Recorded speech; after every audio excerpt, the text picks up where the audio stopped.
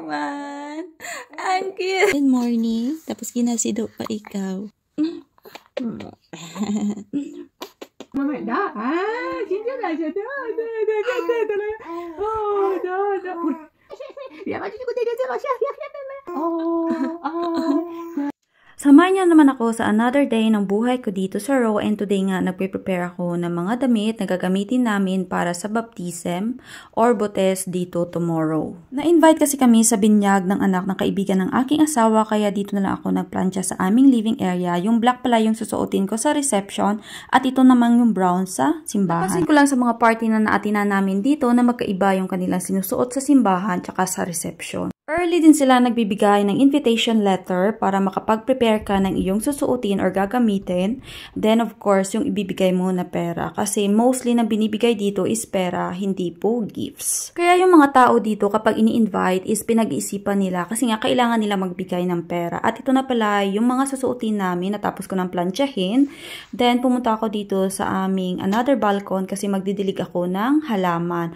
Update pala sa flowers na binigay namin sa aking biyanan, nandyan pa rin siya sa kanyang pot, hindi namin pa nilipat kasi nga wala pa akong time. Sa puntong ito is pinapatulog ko yung aking anak kasi nga pupunta ako sa store, pero natulog lang talaga siya ng mga 5 minutes din, nagising din siya, hindi pa ako nakaalis. Aplicat la penny. La compar la lapik se frukte. Yana. Este bine. Da. Mami aplicat. Nandito na pala ako sa labas, o di ba? Ang bilis lang ng session ko. Ginahalok-halok ko pag ginang ako ng anak. Pero ari na ako sa guwa. And dito ako mapakal sa may store sang Penny.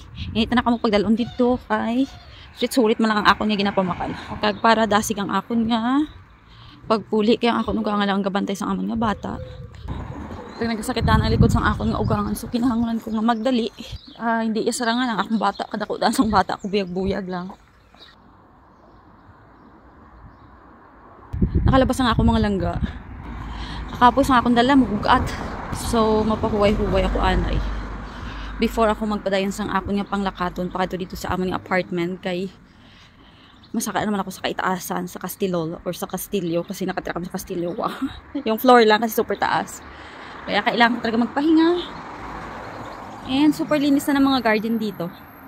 So I need to go sa guna mga langga because I already done of resting. Tanawan niyo naman si Indayana, oh. Ari siya sa iya nga swing-swing. Dahil siya magdugay sa iya nga swing-swing, ginatakaan. Bakit ang cute-cute naman ng anak ko. Tapos yung lola niya is bumili ng ganito. Yung toys. Regalo niya to nung 2 months.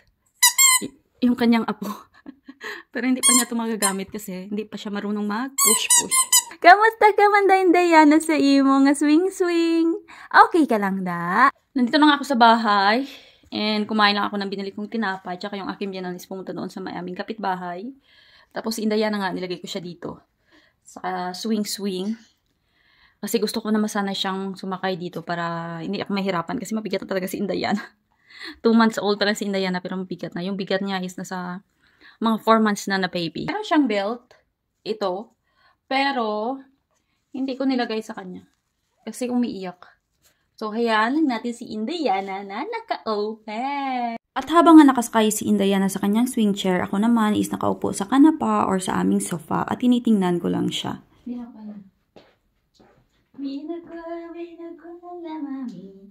Half hour lang gid ang maximum nga kay ni Indayana nga magstay sa iyang swing chair kay ginapliktisit na siya or feeling bored.